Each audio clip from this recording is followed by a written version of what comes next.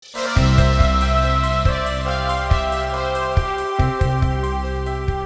gledalke, dragi gledalci, dobrodošli v prvem pogovoru v nizu Nazaj v Slovenijo, projektu, ki ga pripravlja Svetovni slovenski kongres. Danes bo naš gost, docent dr. Dejan Valentinčič. Dober dan. Lepo pozdravljeni. Je primarno zaposlen kot pravnik na Okrožnem sodišču v Novi Gorici, dodatno pa še kot vodja Centra za družboslovno raziskovanje pri Ameriško-slovenski izobraževalni fundaciji ASEF in prodekan Fakultete za slovenske in mednarodne študije Nove univerze. Predtem je bil med marcem 2020 in junijem 2022 državni sekretar na Uradu vlade za Slovence v zamejstvu in po svetu. Je tudi avtor 3 knjig o reziji, o etnični situaciji na Goriškem na obeh stranih meje in monografije o starosti slovenske politike Ivanu Omanu. Dr. Valentinčič, govorila bova o izseljevanju. Raziskovali ste to tudi v več področjih. Kako se izseljevanje nekoč in danes razlikuje? Ali lahko potegnemo kakšne vzporednice ali gre za različne stvari? Torej, zagotovo je bilo slovensko narodno ozemlje vse skozi deležno izseljevanja in do osamosvojitve Slovenije govorimo o 3 velikih izselitvenih valovih.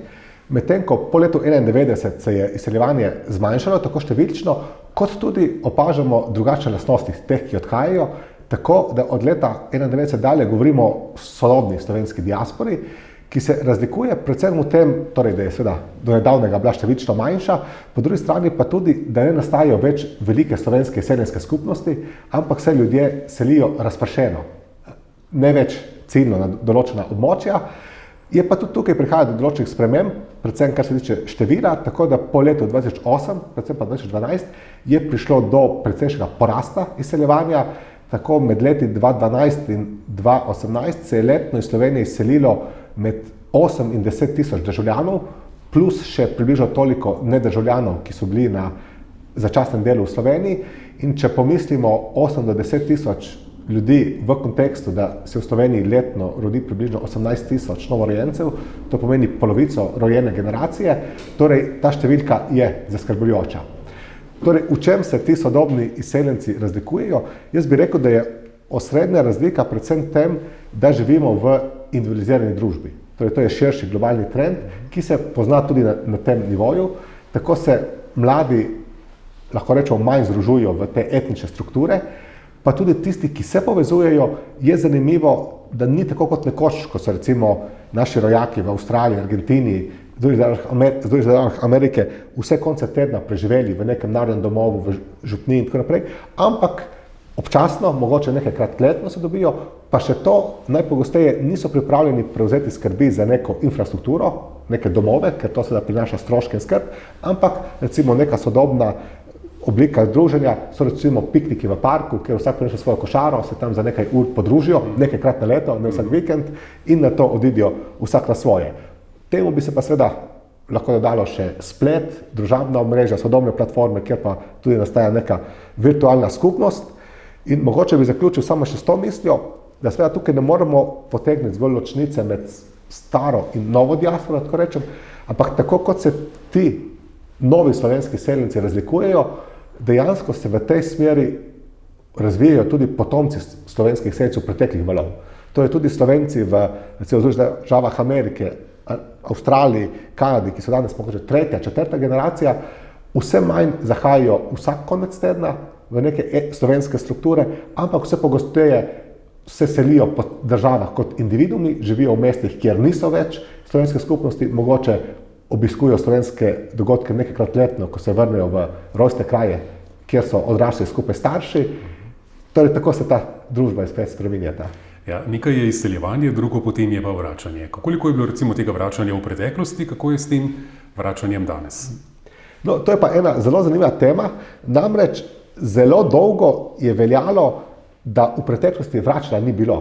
In se je nekako iskalo en razlog, zakaj je danes manj interesa za povezovanje v izseljenstvu, tudi v tem, da so nekoč rojaki, ko so šli na tuje, vedeli, da je to odhod za vedno. Danes pa ne bi nekako zaradi možnosti vračanja, recimo nekateri to sodobno generacijo imenujo Ryanair generacija, torej ker lahko zaradi teh poceni letov se vedno spet vračajo, da ne bi vedeli, da se lahko kadarkoli vrnijo in so zato manj zainteresirani za vračanje. Ampak zanimivo pa je, da te najnovejše raziskave kažejo, temu ni bilo tako. Recimo celo pred Prvo svetovno vojno, ko so naši ljudje množično odhajali v Združene države Amerike, so se dejansko še z ladjami odhajali in se vračali. Marsikdo je mogoče šel za nekaj let, pustil tukaj žene in otroke, da je v Ameriki v kakšnem rudniku, železarni dovolj zaslužil, da je recimo odplačal kakšen kredit za kmetijo ali da si je zgradil novo hišo in se po nekaj letih vrnil. Potem pa je mogoče nekaj let tukaj živel, ugotovil, da je ekonomska situacija slabša kot čez lužo in šel spet v Ameriko, mogoče takrat z družino in tam ostal, ali pa po nekaj letih, ko se je spet nabral denar, spet vrnil. Tako da to je en vidik, ki na novo postaja znan, drugi vidik pa je, da tudi vsakič, ko smo Slovenci pristali v neki novi narodni tvorbi, je bilo določeno vračanje. Torej, recimo nekateri, ki so se izselili, ker niso hoteli služiti avstro-ogrske vojske, so potem po nastanku kraljevine SHS čutili, da to pomoče bo njihova država. Takrat je bilo vračanja sicer manj, ampak recimo po nastanku druge komunistične Jugoslavije je marsikdo, ki je simpatiziral s temi idejami, se vrnil, bilo je nekaj ladij, celo recimo, ki so se vračali največ iz Argentine, ker so verjeli, da se tukaj ustvarja neka nova rajska družba. In ne nazadnje, seveda, nekaj vračanja je bilo tudi po osamosvojitvi Slovenije, ko so nekateri sploh se smeli vrniti, ker se je ta država demokratizirala. Je pa tukaj res, bi še eno stvar izpostavil, da recimo, ko sem enega najvidnejših argentinskih Slovencev, Marka Kremžarja, zdaj že pokojnega, vprašal, kdaj on ocenjuje, da je slovenska skupnost v Argentini začela upadati, mi je odgovoril, da po osamosvojitvi Slovenije. In on je kot razlog navedel, da vse druge, ali pa večina drugih primerljivih držav, ki se je takrat demokratizirala, recimo Hrvaška, Madžarska, Poljska, so svoje politične begunce vabili nazaj. So rekli, pridite nazaj, ste dobrodošli, dajmo skupaj graditi to novo državo. V Sloveniji tega nikoli ni bilo, torej ni bilo sistemskega vračanja in po njegovem mnenju je tudi to nekako bodrovalo, da je ta zagon v skupnosti v Argentini začel upadati. Je že kaj znanega glede izseljevanja, povračanja zdaj v tem zadnjem času te COVID situacije? Je to kaj vplivalo na to področje? Torej, že pred COVIDom, ko sem rekel, da se je izseljevalo med 8 in 10 tisoč ljudi letno, se je nekako ocenjevalo, da približno 1/3 se jih vrne. Ampak to so bile zgolj ocene, niso obstajale neke trdne številke. Lahko pa tudi rečem iz dela v praksi, v času COVID krize sem ravno deloval na uradu Slovencev v zvezu in po svetu, da je takrat bilo zelo veliko interesa za vračanje. Po eni strani spet se mi je pokazala ena nova realnost, seveda številni mladi, izobraženi, ki danes odhajajo na tuje, odhajajo tja zaradi boljših kariernih priložnosti, zaradi napredovanja. Ampak kljub temu ne moremo zdaj misliti, da se jim v tujini cedita zgolj mleko in med. Tako recimo Republika Slovenija je takrat marca 2020 organizirala 2 repatriacijska leta iz Londona, ker so vse redni poleti bili ukinjeni, kajti dejansko so se nam takrat oglašali mladi, ki so rekli, ok, izbruhnila je epidemija, pričakovali so, da bo zaprtje trajalo 2 do 3 tedne, pa so rekli, nimamo denarja, ker smo ostali brez službe, da bomo te 2 tedna, 3 tedne, 1 mesec plačevali najemnino za stanovanje. Torej, marsikdo se je takrat moral vrniti celo iz ekonomskih razlogov, bi pa tukaj izpostavil še en drugi vidik. Namreč tisto, kar se je že prej porajalo v zametkih, delo nadaljavo, digitalizacija, hibridne oblike dela, so seveda s COVIDom dobile zagon. In recimo poznamo primere ljudi, ko so se vrnili, danes živijo v Sloveniji, delajo pa v tujino. Poznamo pa tudi recimo ljudi, ki nekako so bili nekaj časa v Sloveniji, ugotovili, da lahko delajo nadaljavo in da jim delodajalci to omogočajo, ampak so želeli še vedno biti tudi tam in v Sloveniji in imajo recimo danes ideje, da bi recimo pol leta preživeli v Sloveniji, pol leta na tujem, ali da bi recimo vsak mesec bili 2 tedna v tujini, 2 tedna v Sloveniji. In jaz mislim, da je to tudi en pomemben izziv za Slovenijo, pa seveda tudi za druge države, namreč zakonodaja, osebni statusi so prilagojeni statični družbi. Vprašanje davčnega rezidentstva, dvojne obdavčitve, zdravstvenega zavarovanja, pokojninske dobe, socialnega statusa. Danes pa ne živimo več v statični družbi, ampak v dinamični družbi. In verjetno bo tudi na tem področju potrebno prilagajati zakonodajo, da bo nekako zajela tudi te ljudi, ki si izberijo te sodobne življenjske sloge, Kot rečeno, seveda tukaj Slovenija ni edina, ki je pred tem izzivom, ampak jaz verjamem, da kot vsaka država, kot pri vsaki krizi bo tudi tokrat tako, da bodo nekatere države išle kot zmagovalke, druge kot poraženke in zato bi bilo dobro te stvari čim prej nekako posodobiti.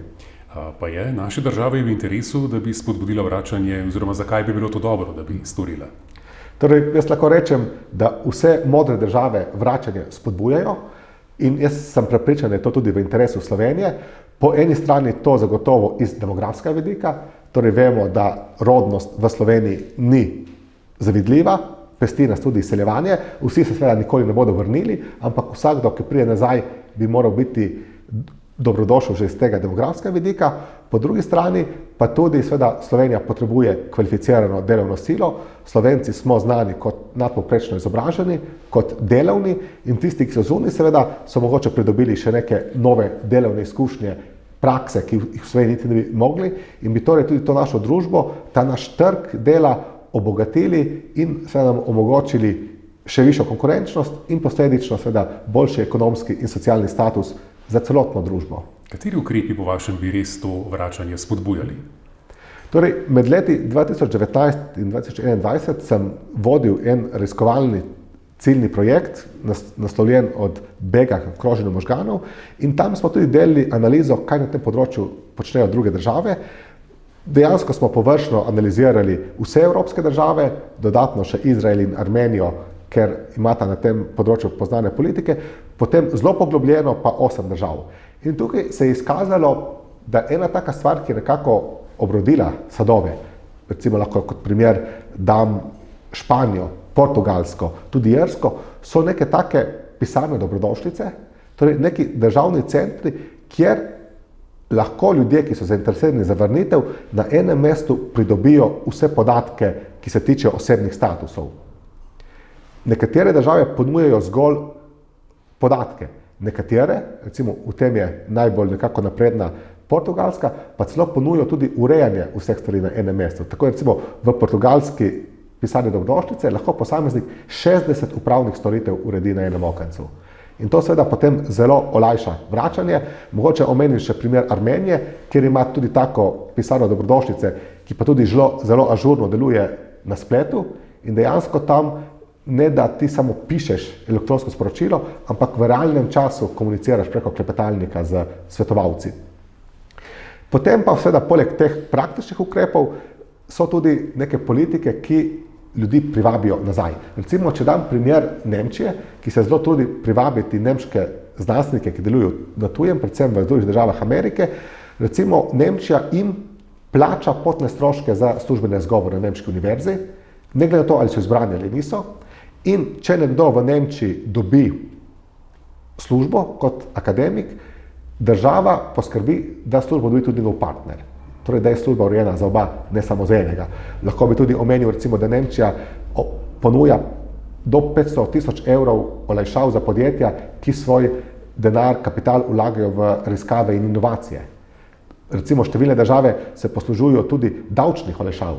Recimo, taka najbolj izrazita na tem področju je Italija, ki je začela najprej davčne olajšave zgolj za italijanske znanstvenike na tujem, to so na to razširili na vse italijanske in tuje znanstvenike, ki bi se poselili v Italijo, kasneje pa razširili celo na vse, ki imajo univerzitetno diplomo ali so samo zaposleni in ti ljudje dejansko so 6 let upravičeni do dobršega dela davkov, recimo, če živijo na severu Italije, plačajo 30% davkov, če se preselijo na jug Italije, pa celo samo 10% davkov, torej 6 let, regresivno, na to se to zmanjšuje, če pa imajo otroke, ki jih vzdržujejo, se to lahko podaljša do 13 let. Pa Italija ni edina s takimi davčnimi olajšavami, podobne politike imajo na primer tudi Izrael, Avstrija in tako naprej. Torej, to je tudi ena taka precej uveljavljen pristop. Pa marsikaj bi tudi lahko še naštel. Torej, kar nekaj teh primerov dobrih praks na tem področju obstaja, ki bi jih Slovenija lahko prevzela, dokaj hitro, ne? Tako, torej te primerjalne analize so tudi že v naše raziskave bile narejene, rešitve kažejo, da rodijo sadove, tako da to bi lahko tudi, če bi bila za to volja in interes, dokaj hitro bilo integrirano tudi v slovenski pravni red. Ampak recimo, ko ste bili dobri 2 leti kot državni sekretar na vladnem uradu. Kako ste takrat morda doživeli to vzdušje, ki je v Sloveniji glede tega vračanja? So navdušeni, so odprti za take spremembe, za te korake, ki ste jih omenili, za spodbude? Torej, zanimiva stvar je, seveda, da večino tega mandata je seveda ravno družbo pestila pandemija COVID-a, ki je po eni strani otežkočila sprejetje nekih konkretnih ukrepov, po drugi strani pa bi jaz rekel, da takrat, ko je COVID izbruhnil, se je nekako v Sloveniji praktično ponovila ta zgodba iz leta 1991, ko se je diaspora izjemno angažirala za samostojno Slovenijo. V času COVID-a smo mi prejeli ogromno, nekako na naš poziv so se odzvali, ogromno pripravljenost, da bi marsikdo, ki je strokovnjak za najrazlična področja po svetu, da bi Sloveniji z tega vidika pomagal. In so tudi s temi ljudmi potem gojili stike in takrat se je seveda pokazal tudi interes za vračanje, ampak seveda, ko so potem tudi komunicirali z ostalimi resorji, seveda je vsakdo opozarjal na neke prepreke iz svojega delokroga, torej stvari so se počasi premikale. Kar se pa tiče raziskovalcev, znanstvenikov, pa je tukaj treba priznati, da so najbolj toge znanstvene institucije, univerze, kajti to so še vedno neki taki predvsem zaprti sistemi, ki delujejo po nekih njihovih notranjih logikah in ki kakšenkoli nekako pridih tujine, sploh pa rojakov, ki že poznajo tudi slovenski sistemi, bi se lažje integrirali, nekako doživijo kot neko potencialno grožnjo in so bili do tega marsikdaj vsaj zadržani, če ne celo malo negativno nastrojeni. Kako pri tem kroženju možganov pa vidite morda vlogo civilne družbe, raznih organizacij, ki se ukvarjajo s tem področjem, lahko kaj prispevajo k temu oziroma kaj že po vašem naredijo? Torej, jaz mislim, da je tukaj civilna družba zelo pomembna. Recimo, če omenimo Svetovni slovenski kongres, so te konference, ki jih že več kot desetletje redno organizirajo, izjemno pomembne, kajti omogočajo mreženje in s tem se ljudje iste stroke, ki živijo v tujini ali v Sloveniji, povezujejo in to nekako napeljuje k profesionalnemu sodelovanju. Seveda pa tukaj vedno spet nekako z žalostjo opazujem, da te konference ne dobijo toliko javnega odmeva, kot bi si zaslužile. Torej, niso povzete v osrednjih medijih, predstavniki odločevalcev običajno pridejo bolj za vljudnostne pozdrave kot za vsebinsko spremljanje stvari. Torej, tukaj vidim še precej potencijala.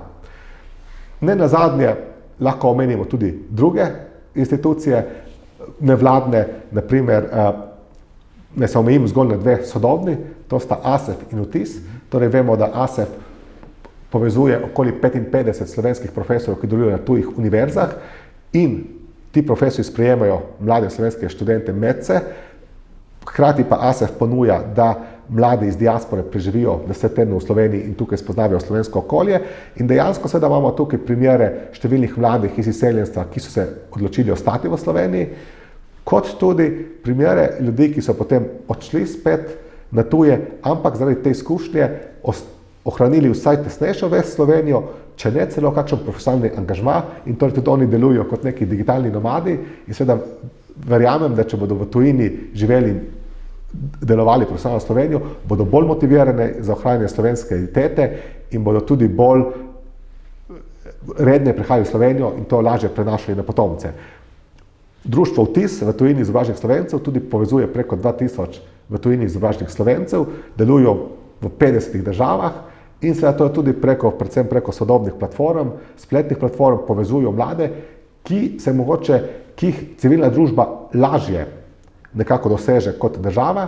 Je pa seveda realnost obeh teh novodobnih civilnih organizacij tudi v tem, da seveda imata težave z sistemskim financiranjem, živita tudi pretežno iz donacij in gotovo je tudi, verjamem, da nekako naloga države, da poskrbi tudi za ta infrastrukturni vidik, torej da tem organizacijama čim bolj olajša delo v tem, kar ga tudi že dobro počneta.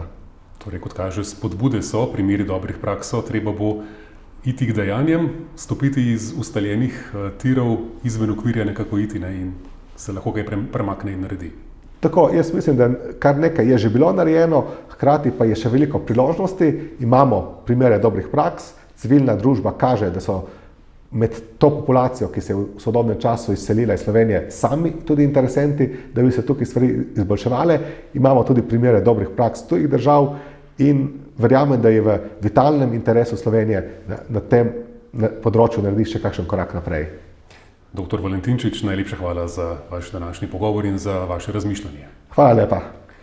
Tudi vam, drage gledalke, dragi gledalci, hvala za spremljanje današnjega pogovora in seveda vabljeni, da tudi prihodnje spremljate niz pogovorov v seriji Nazaj v Slovenijo.